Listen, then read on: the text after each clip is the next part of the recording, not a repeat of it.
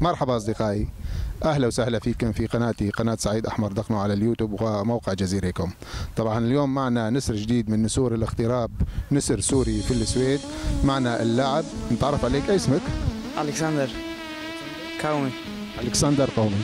ألكسندر، بالأول نتعرف عليك، ايش قد وزنك وطولك والمركز اللي تلعب فيه الفسخون؟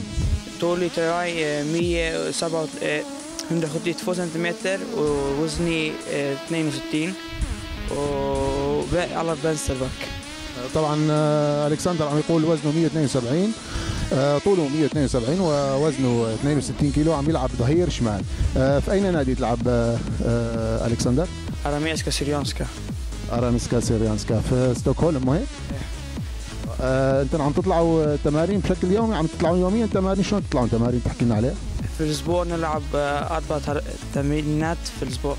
4 مرات تطلعون. ايش قد هن جديد ترينني فاليدو؟ شي مرات ساعة ومرات ساعتين. يعني حسب، مرة ساعة ومرة ساعتين عم يطلعوا تمارين، تقريبا أربع تمارين في الأسبوع. الماتشات شلون عم تلعبوا الماتشات؟ هلا حاليا عم تلعبوا أين ديفيزيون تلعبون؟ نلعب ديفيزيون 8. عم يلعبوا الدرجة الأولى. بلش الدوري ولا لسه؟ لا لسه في أسبوع. عم تلعبون شيء هلا ماتشات ودية، تريننج ماتش ولا شو؟ تريننج ماتش هلا، مرات في أسبوع عنا ماتش ومرات عنا ماتشين. ايوه. طيب ألكسندر، انت ايش في الديندروم، يعني ايش تحلم انت تكون في المستقبل؟ ايش تريد؟ بدي العب في الالسفنسكن على تلعب الدوري السويدي الممتاز. ايوه.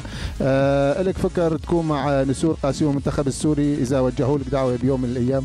ايه طبعا. حب يعني تكون. انت هلا حاليا فئه الناشئين نول فيرا، انت مو؟ مواليد 2004 هو ألكسندر.